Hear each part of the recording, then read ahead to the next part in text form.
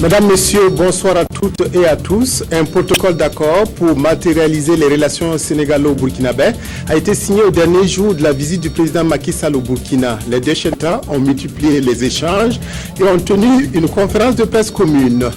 L'inspection générale des affaires économiques sur le terrain pour vérifier le respect du décret portant fixation du prix du sucre à Ouagadougou, de nombreux commerçants ont du mal à respecter l'affichage des prix. Le pape François au Brésil pour son premier voyage à l'étranger. Le souverain pontife rencontre les jeunes du monde entier à Rio à l'occasion des JMJ. La ferveur religieuse a gagné toute l'Amérique latine.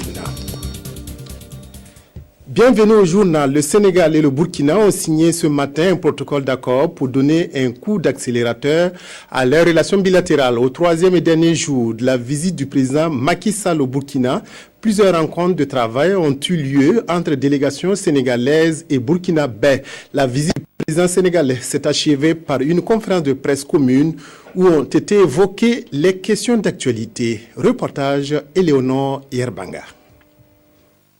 72 heures, c'est le temps que Macky Sall a passé au Burkina Faso. Un séjour bref mais très riche en résolutions et en promesses pour le renforcement de la coopération entre le Burkina Faso et le Sénégal. En visite au pays des hommes intègres, Macky Sall a pu échanger avec son homologue burkinabè sur les relations bilatérales entre les deux pays, la situation sous-régionale et régionale et internationale.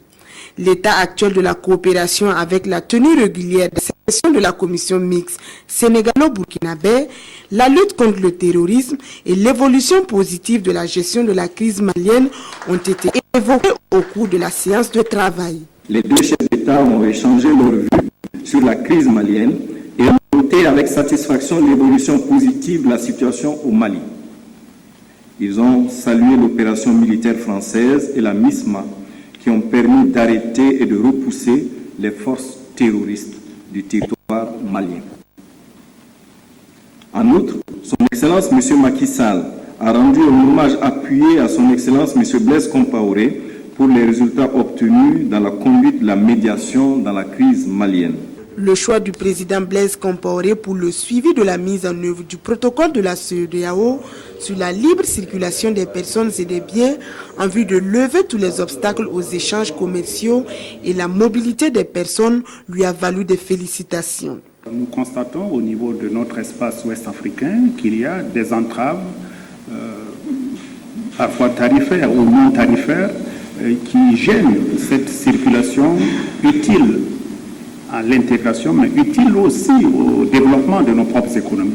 Vous savez, si on avait la possibilité chaque jour de circuler librement jusqu'à Lagos, vendre ce que nous produisons, et les Béninois aussi circulent librement jusqu'à Conakry, voyez, pour vendre ce qu'ils produisent, il est certain que de part et d'autre, nous allions avoir plus de capacité de production, puisqu'il y a des preneurs, et aussi nous allons avoir une compétition entre nous pour aussi accroître nos propres expertises. Et comme il fallait s'y attendre face à un président africain qui vient de dissoudre le Sénat dans son pays, la question de sa mise en place au Burkina Faso s'est invitée lors des échanges avec les journalistes. Notre Sénat a été créé 2 fois, supprimé 2 fois, il n'est pas dit qu'il ne sera pas réinstauré. Tout dépend du dialogue et au moment même où je vous parle, j'ai institué une commission nationale de réforme des institutions, justement, qui doit voir quelles sont les institutions les plus appropriées, sous quelle forme et comment revoir notre constitution pour la stabiliser. Donc chaque pays, selon les situations du moment, selon la réalité, doit pouvoir décider en toute souveraineté de ce qu'il considère comme étant le plus approprié. Le président Macky Sall, au terme de sa visite, a invité le président Compaoré au Sénégal pour une visite d'amitié. Une invitation que Blaise Compaoré a acceptée tout en promettant mettre à profit sa visite pour le renforcement de la coopération entre les deux pays. Ouverture cet après-midi à Ouagadougou d'une session extraordinaire de l'Assemblée nationale à la demande du Premier ministre. Une session parlementaire extraordinaire qui se penchera sur 3 projets de loi soumis aux députés qui ont ainsi écourté leurs vacances pour se retrouver à l'hémicycle. Sugrinoma Ibrahim Guigama. Alors qu'ils s'étaient séparés en juin dernier en se donnant rendez-vous en septembre, Voici les élus nationaux à l'hémicycle plus tôt que prévu. Quelques amabilités de retrouvailles, puis les choses sérieuses commencent. À l'appel nominal, 116 votants sur 127 sont présents. Seul à prendre la parole pour la séance d'ouverture de ce soir, le président de l'Assemblée nationale situe le contexte. Par lettre numéro 2013-1544 PM CAB du 17 juillet 2013 et conformément aux dispositions de l'article 88 de la Constitution, le Premier ministre chef du gouvernement a demandé la convocation de la présente session extraordinaire. La conférence des présidents réunie ce jour lundi 22 juillet 2013 a établi pour notre session un projet d'ordre du jour. Ce projet d'ordre du jour a été mis à votre disposition par les services législatifs. Il est soumis au vote de l'Assemblée. Le dit projet d'ordre du jour présente une session avec 3 projets de loi inscrits. Le premier portant autorisation d'envoi d'un contingent burkinabé au Mali dans le cadre de la MINUSMA. Le deuxième portant autorisation de ratification d'un accord de prêt entre le Burkina Faso et Export-Import Bank of India. Et le troisième projet de loi porte sur une ratification de crédit IDA pour le projet d'infrastructure de transport de Donsin. Pas d'observation de la part du gouvernement, aucune commission générale n'a souhaité se prononcer sur l'ordre du jour, aucun groupe parlementaire de l'Assemblée nationale non plus. L'ordre du jour est ainsi adopté. On s'en souvient, à l'annonce de la convocation de cette session extraordinaire à l'Assemblée nationale, beaucoup avaient vite fait de spéculer sur un ordre du jour dicté par l'actualité autour de la loi organique du Parlement. Eh bien, il n'en est rien. La prochaine plénière se tiendra ce mardi 30 juillet 2013. Des équipes de l'Inspection générale des affaires économiques étaient ce matin sur le terrain à Ouagadougou pour constater l'application du décret portant fixation du prix du sucre au Burkina. Dans l'ensemble, on constate le non-respect de l'obligation faite aux commerçants d'afficher les prix des produits. Wendata Nathalie Kaori. C'est dans les quartiers d'Assasgo, Benogo et Nyoko 1 que l'une des 5 équipes de l'Inspection générale des affaires économiques est allée faire le constat sur le respect du prix du sucre et sur l'obligation faite d'afficher les prix des différents produits. Après avoir fait le tour de 8 boutiques, des irrégularités ont été constatées. Dans la première boutique, les prix étaient affichés. On leur a demandé de nous apporter les factures d'achat des produits qu'on a relevés pour qu'on vérifie dans nos locaux. Bon, concernant les autres boutiques, la majorité n'avait pas effectivement affiché les prix. Au vu de la loi, nous qualifions ça comme une infraction. Face aux contrôleurs et sans preuve matérielle, les boutiquiers affirment qu'ils vendent le sucre au prix fixé par le ministère du Commerce, à savoir 750 francs le kilogramme pour le sucre en carreau et 550 francs le kilogramme pour le sucre en poudre. Mais pourquoi ne pas afficher ces prix comme le veut la loi?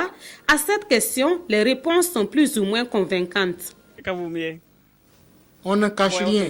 Nous vendons au prix indiqué, mais on n'a pas affiché ces prix. Maintenant, on va le faire quand on aura bien classé nos marchandises. On avait affiché les prix du sucre. Mais nous avons connu un problème d'humidité dans notre boutique. Nous avons fait des réaménagements de nos locaux et on n'a pas eu le temps d'afficher les prix à nouveau.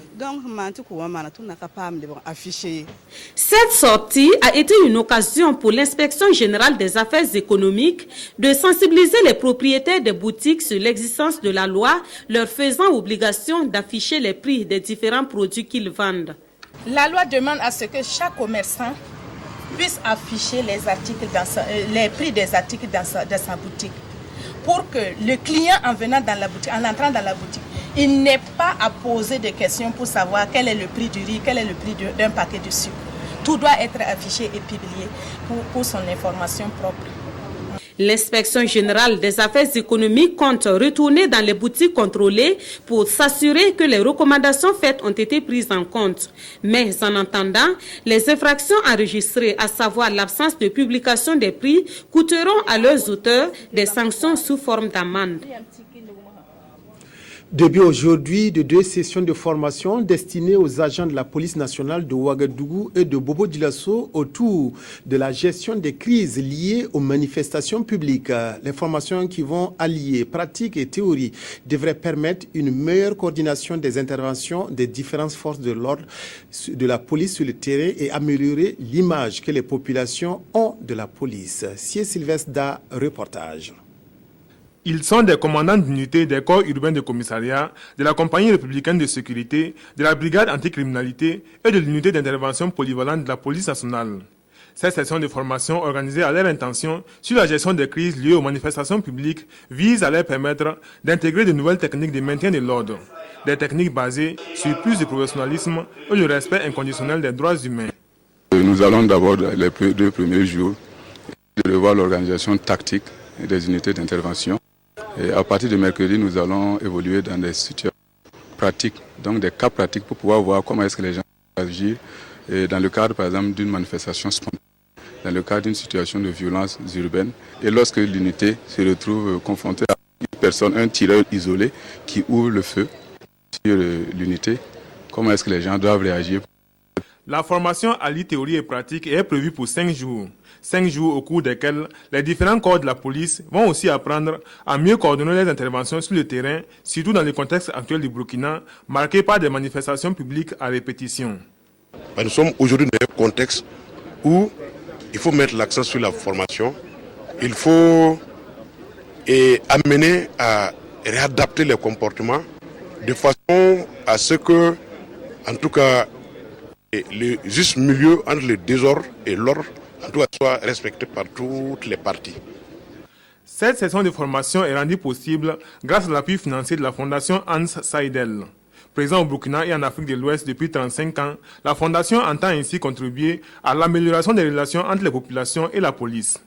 Il faut que les deux se rapprochent, donc l'État et le citoyen, via ou par le moyen d'une police qui, eux, est davantage au service du citoyen que l'inverse, que le contraire. À la suite des forces de police de Ouagadougou, celles de Bobo-Dioulasso vont également bénéficier d'une formation similaire. L'ensemble de la hiérarchie policière salue l'organisation de ces 2 sessions de formation. Elle souhaite voir de telles initiatives se multiplier afin de permettre à tous les policiers sur le terrain d'accroître leurs capacités opérationnelles. Un partenariat pour sauver les archives de la RTB, le Centre national des archives et la radiodiffusion-télévision du Burkina ont signé ce matin un protocole d'accord pour œuvrer à la numérisation et à l'archivage des documents audiovisuels. Le centre pourra ainsi profiter du petit écran pour sensibiliser le public sur l'importance des archives. Maïmouna Traoré, reportage. Revisiter le passé, nourrir le présent pour mieux servir l'avenir. La radiodiffusion-télévision du Burkina se donne les moyens de réaliser cette vision. À travers une signature d'accord de partenariat, le Centre national des archives met à la disposition de la RTB 6 unités de numérisation d'archives dont les contenus sont inexploitables faute d'appareils de lecture. Un partenariat qui permettra donc à l'entreprise de presse de gérer convenablement ses archives audiovisuelles et au Centre national des archives de mieux communiquer sur ses missions. Ce protocole nous permet de revoir certains de nos supports en bande Humatic ou Betacam, dont des lecteurs n'existent plus pour nous, disponibles au Centre national des archives et qui devaient nous permettre de faire des transferts en numérique et de proposer aux téléspectateurs, surtout pour le volet télé, des images d'époque. Il faut que les citoyens prennent conscience de la nécessité de sauvegarder notre mémoire nationale, mémoire collective. Donc, la RTB peut nous aider à conscientiser, à communiquer avec les décideurs, les citoyens, pour qu'on conserve les documents. Une initiative salutaire qui permettra de sauver et de mettre à la disposition du public un demi-siècle d'histoire du Burkina Faso.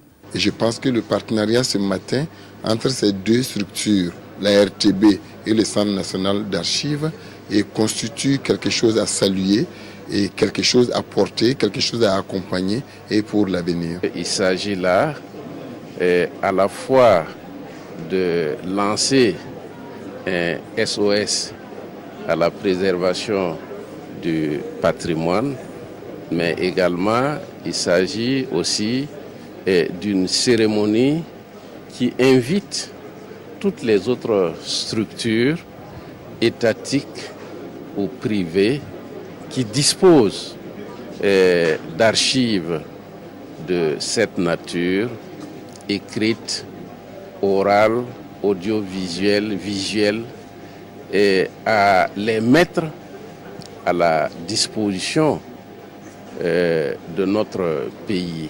Ce partenariat qui vient d'être scellé s'inscrit dans le programme des activités de la célébration des 50 ans de la télévision du Burkina. La télévision du Burkina qui vous donne rendez-vous très prochainement pour voir ou revoir les images de la Volta Vision et bien d'autres événements inédits. Les brigades mobiles d'irrigation, nouvelle trouvaille du ministère de l'Agriculture et de la Sécurité alimentaire pour faire face au manque d'eau pendant la saison des pluies. Postées dans les communes, ces brigades sont chargées d'arroser les champs en cas de poche de sécheresse, une sorte d'opération saga. Ces brigades mobiles d'irrigation ont été lancées vendredi dernier dans l'Oubri-Tenga où les producteurs des Itenga ont bénéficié d'un périmètre aménagé de 31 hectares. Jacques Lamissa Tarpaga.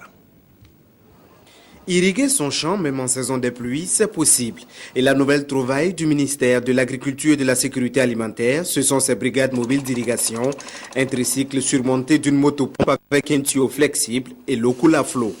Le lancement de la phase pilote du projet a eu lieu ici à Nabitenga, dans la commune de Zignaré.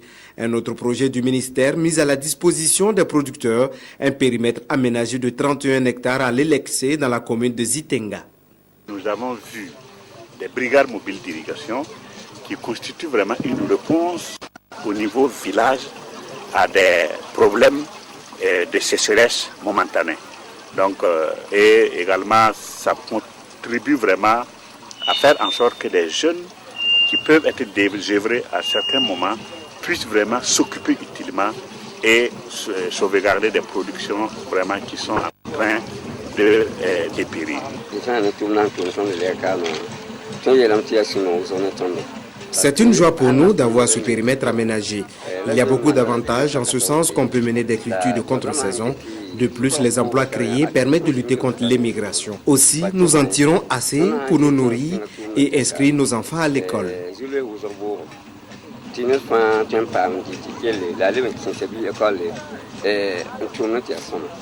Ici également, il est possible de faire une irrigation de complément en cas de poche de sécheresse. Mais dans tous les cas, il faut de l'eau à proximité pour faciliter le travail des brigades mobiles d'irrigation. On a aussi bien des barrages que des marigots, mais on a aussi la possibilité de réaliser des petits bassins de stockage dans les champs. Et ça, ce n'est vraiment pas ce n'est pas extraordinaire, ce n'est pas hors de portée des producteurs. Et donc, c'est exactement ce que nous sommes en train de promouvoir, de faire en sorte que chaque producteur ait un réflexe vraiment d'avoir un point d'eau à côté de son champ pour pouvoir à un moment donné sauver sa production qui est en proie à des postes de sécheresse. Pour cette phase d'essai, 30 tricycles et motopompes seront déployés dans les régions du Sahel, du Nord, du Centre-Nord et du Plateau central et 100 emplois seront créés à court terme. Le ministre Mahama Zungrana a invité les producteurs à s'approprier ces outils pour une meilleure sécurisation des productions de saison des pluies. Plus de 5000 cotonculteurs ont bénéficié dans le Bazega d'une formation en alphabétisation. L'Organisation pour une nouvelle initiative communautaire et ses partenaires allemands ont conjugué leurs efforts pour que se tienne cette campagne d'alphabétisation des producteurs de coton de la zone d'intervention de Faso Coton. Des connaissances ont été acquises en langue nationale sur les nouvelles techniques culturelles. Ignarkiteda, précision. Le coton, deuxième produit d'exportation du Burkina, il contribue à plus de 29% des recettes du pays. Mais il est aussi reconnu que la culture du coton contribue fortement à la dégradation des sols si les techniques culturelles sont mal appliquées. L'Organisation pour une nouvelle initiative communautaire et Welt Hunger Hilfe veulent s'attaquer au problème à travers l'alphabétisation. Depuis maintenant 3 ans, ils mettent en œuvre dans le Bazega un projet d'alphabétisation des cotonculteurs dans la zone d'intervention de Faso Coton. Environ 5000 cotonculteurs ont été alphabétisés et déjà les effets de la prise de conscience se font sentir. Au sein des GPC, qui sont de gros emprunteurs en intrants. Les risques de querelles sont minimisés car les données sont consignées dans les cahiers. Au moment du paiement ou de la distribution des intrants, le secrétaire qui est alphabétisé se réfère au contenu du cahier, toute chose qui rassure le bénéficiaire.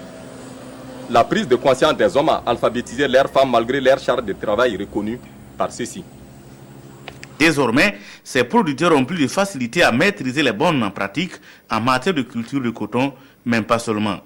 Car les connaissances acquises leur serviront aussi dans leur vie de tous les jours.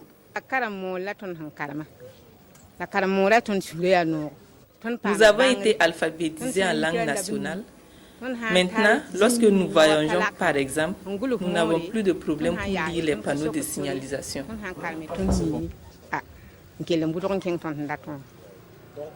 En attendant, les meilleurs alphabétisés récoltent les fruits de leur labeur. Ils ont reçu du matériel de travail et des lampes pour parfaire leur apprentissage. Ce sont les bras chargés de cadeaux qu'élèves, enseignants et encadreurs pédagogiques du Centre Nord vont en vacances. Une cérémonie de remise de prix s'est déroulée à Kongoussi dans le BAM et a réuni les acteurs de l'éducation des 3 provinces de la région. La région a obtenu un taux de réussite au certificat de 102,29%. Ramatou Zida, Abdoul Rasmane Zongo.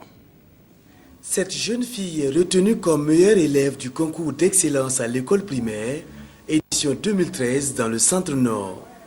À l'image d'elle, une vingtaine d'élèves issus des chefs-lieux des provinces Boulsa, Kaya et Kongoussi ont été primés. Les lauréats ont pour certains reçu des vélos et des kits scolaires et pour d'autres, des enveloppes contenant des sommes allant de 20 000 à 35 000 francs CFA. Je me sens fière. Je dois d'abord remercier la maîtresse, mes parents, mes amis et le directeur de l'école, car ils ont contribué à ma réussite. Les maîtres, eux, ils m'aidaient. Quand je ne connaissais pas mes leçons, je leur disais que je ne connaissais pas ce paragraphe. Ils m'expliquaient surtout les expressions. Et c'est tout naturellement que les meilleurs enseignants, encadreurs pédagogiques et circonscriptions d'enseignement de base ont également été récompensés. Vraiment, cette année, beaucoup aussi se sont battus parce que sur 33 SEB, il n'y a que 6 seulement qui n'ont pas eu la moyenne. Voilà, mais c'est ceux qui n'ont pas eu la moyenne qui ont tiré. Sinon, les acteurs se sont distingués, ils se sont bien battus. Nous faisons cela pour encourager les uns les autres parce que nous savons que le contexte dans lequel nous travaillons n'est pas toujours favorable.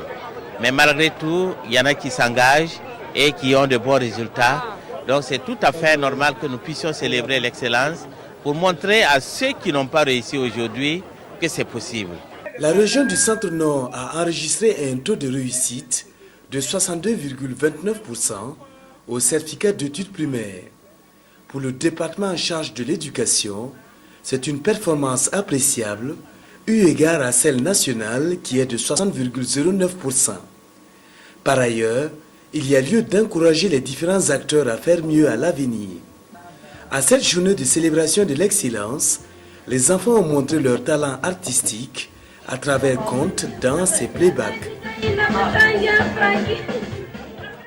L'excellence a aussi été célébrée dans le Gourouma. Fada a abrité la cérémonie de récompense des meilleurs élèves et enseignants de la province. L'association Bouama a apporté sa contribution à la promotion de l'éducation de qualité en initiant ce rendez-vous des plus méritants. Abdoul Rasmane Zongo.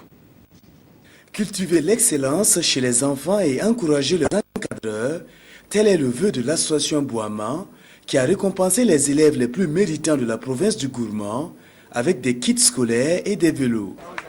La meilleure enseignante de la localité, elle, s'en tire avec une moto.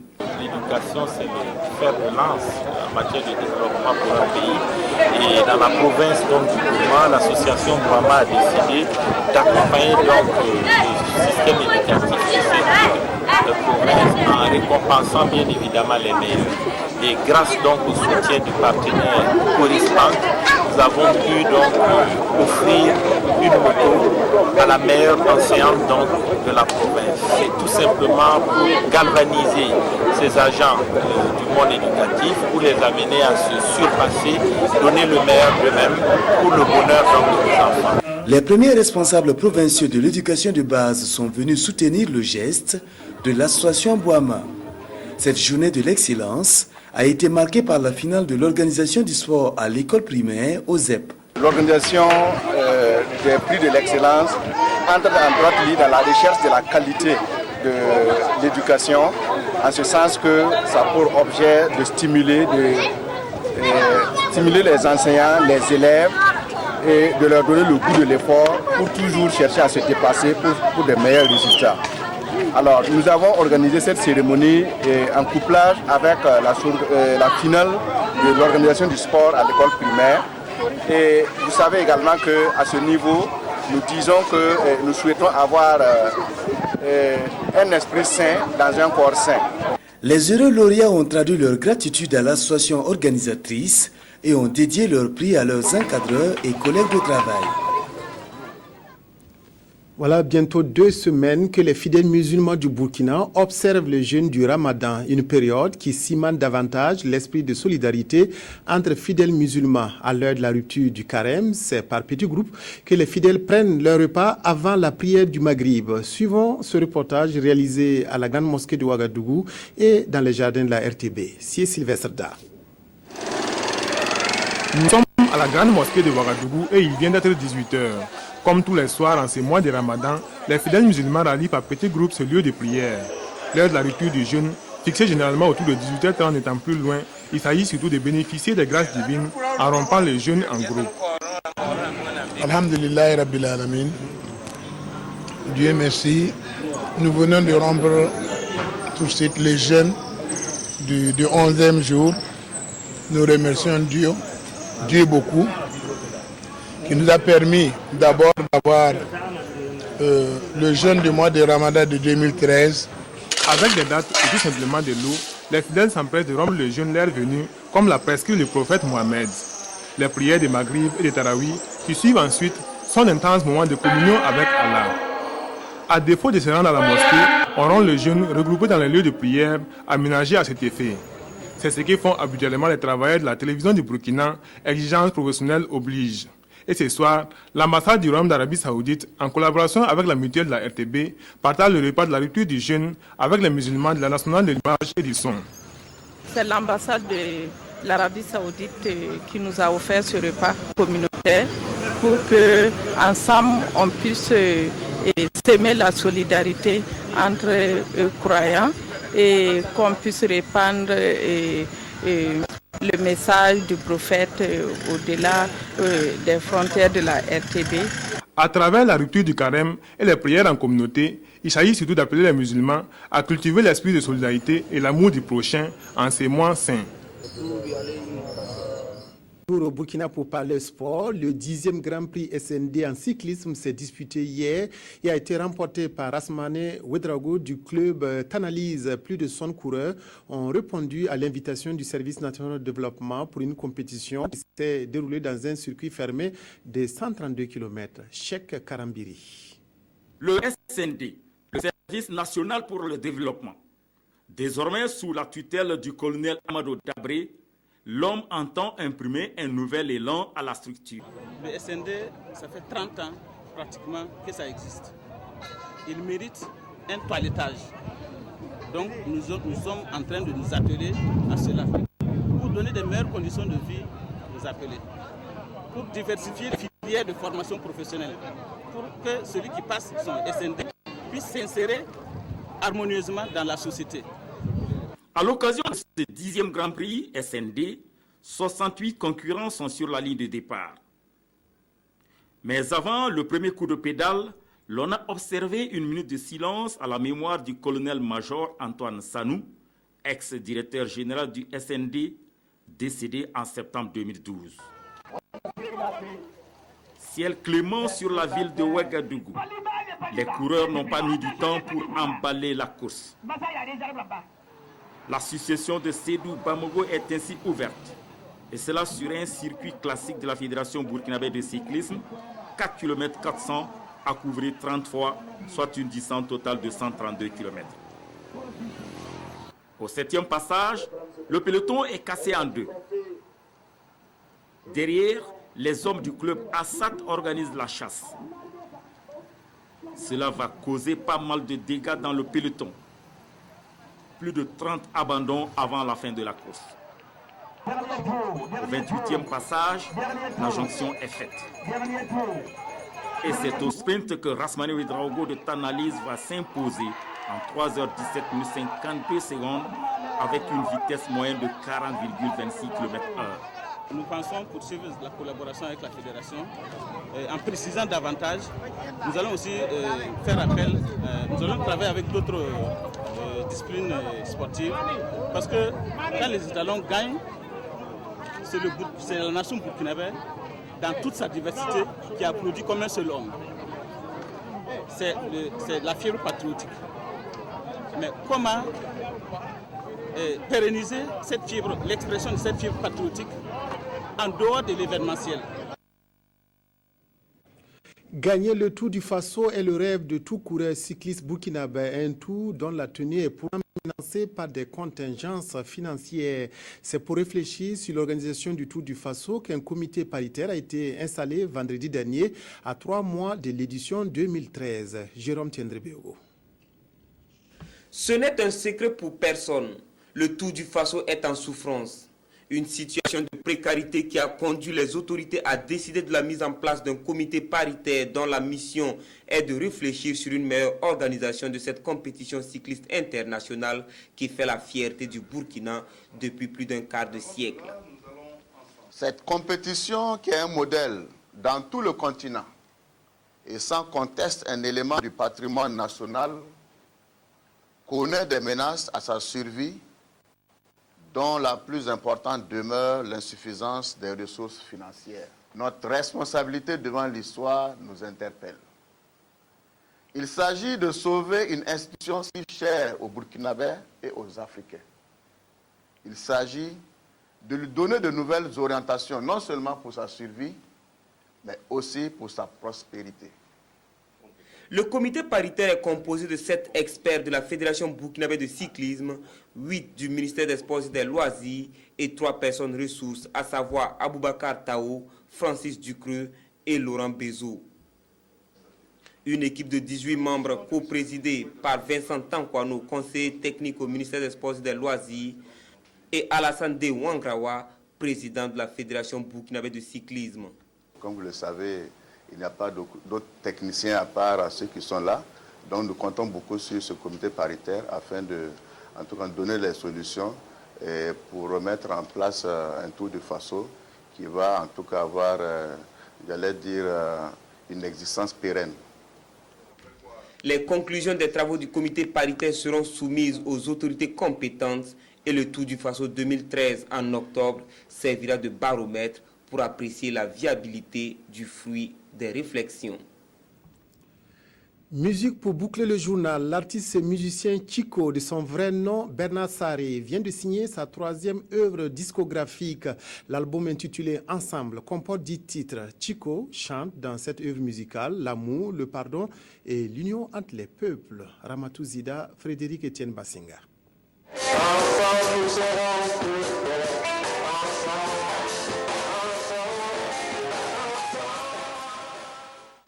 Ensemble, c'est le titre du nouvel opus de Chico.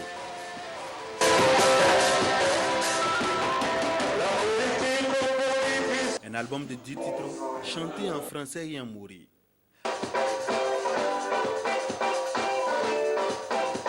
Des rythmes variés allant de la pop musique à la musique d'ambiance. À travers cet album, l'artiste prône l'union, l'amour, le pardon et l'intégration entre les peuples.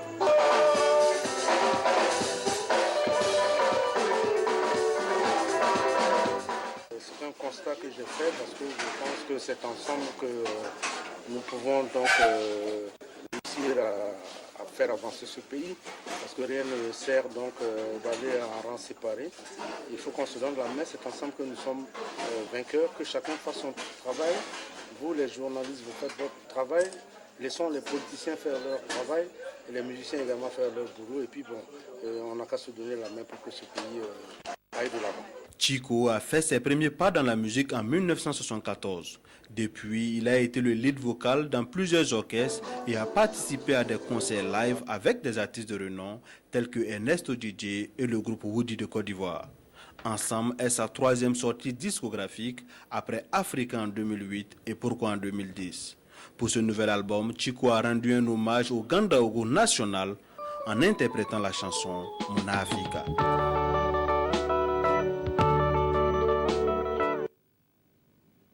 C'est la fin de cette édition. Merci à toutes et à tous de l'avoir suivi. Merci de votre aimable attention.